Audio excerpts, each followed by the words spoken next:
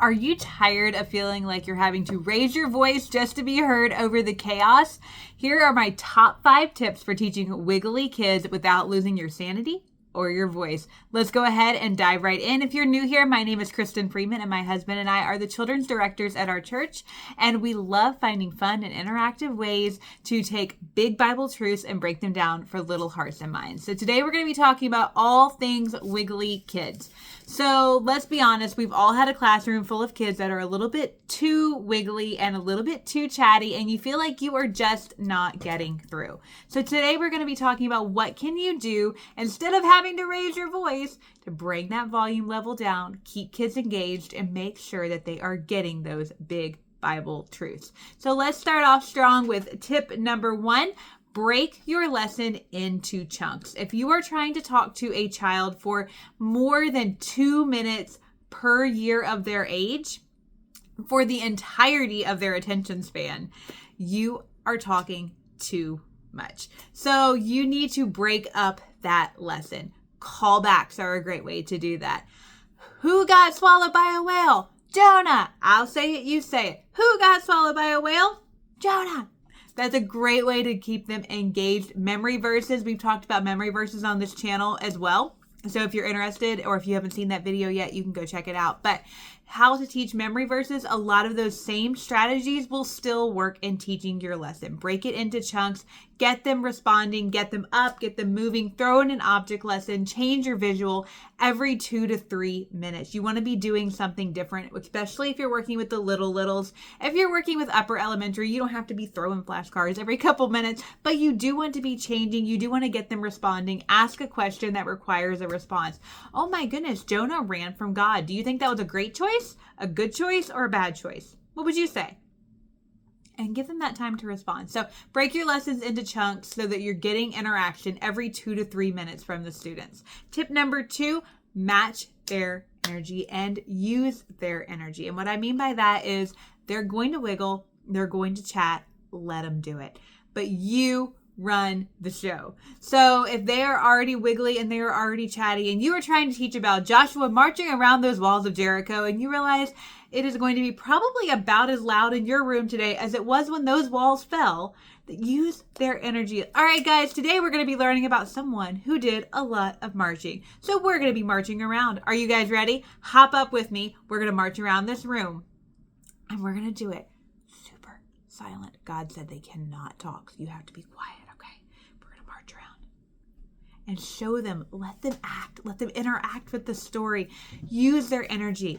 When I say Jesus came out of the tomb alive, you jump. Ready? Jesus is alive! Jump! That's what you want to do. You want to have them engaged. You want to match their energy. Use their energy. That will keep them engaged far longer and far better than you trying to talk at them. So break up your lesson into chunks, give them that time to interact, to respond every few minutes, and use their energy. Let them do things. If there's a way to integrate movement or sound into your lesson, do that. Have that callback, have them moving.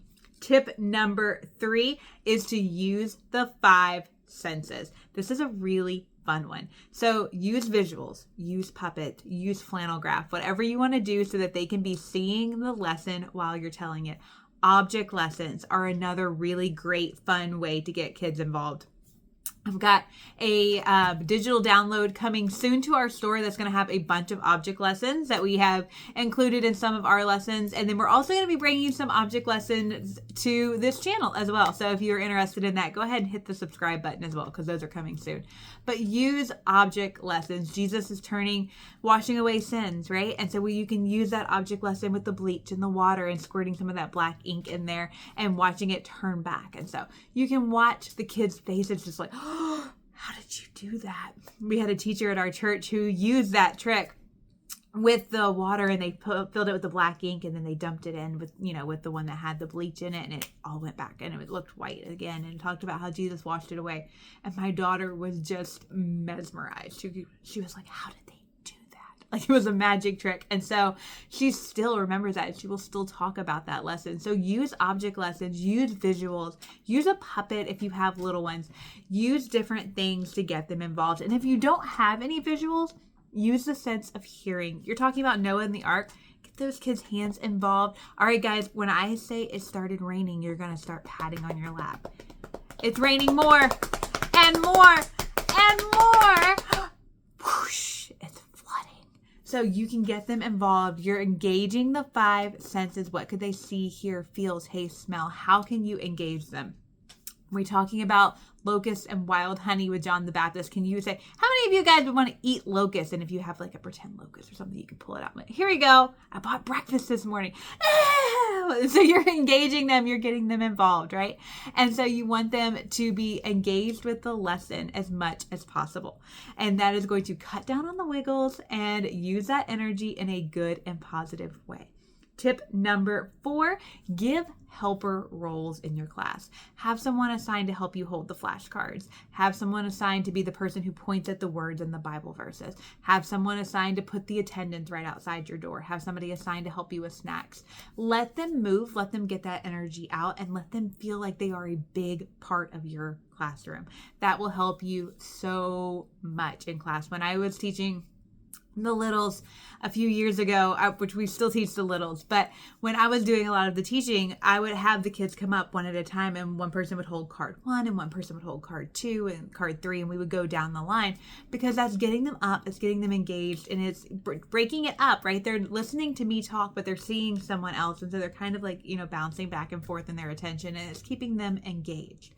All right, final tip is tip number 5. Use other means of getting their attention. If you have a classroom of 50, 60 kids for children's church, ultimately there's going to be a time that you're not going to be able to just kind of sit and talk like I'm talking to you. You're going to have to use your voice at some point. Find a way to avoid having to yell over them to get their attention. Can you do a clap? Can you do a chant that when you say it, they know to respond back to you? Can you find a way to maybe get them looking at you with a bell? Do you have a bell that maybe you can get their attention with, or a light? Like, can you flick the lights real quick?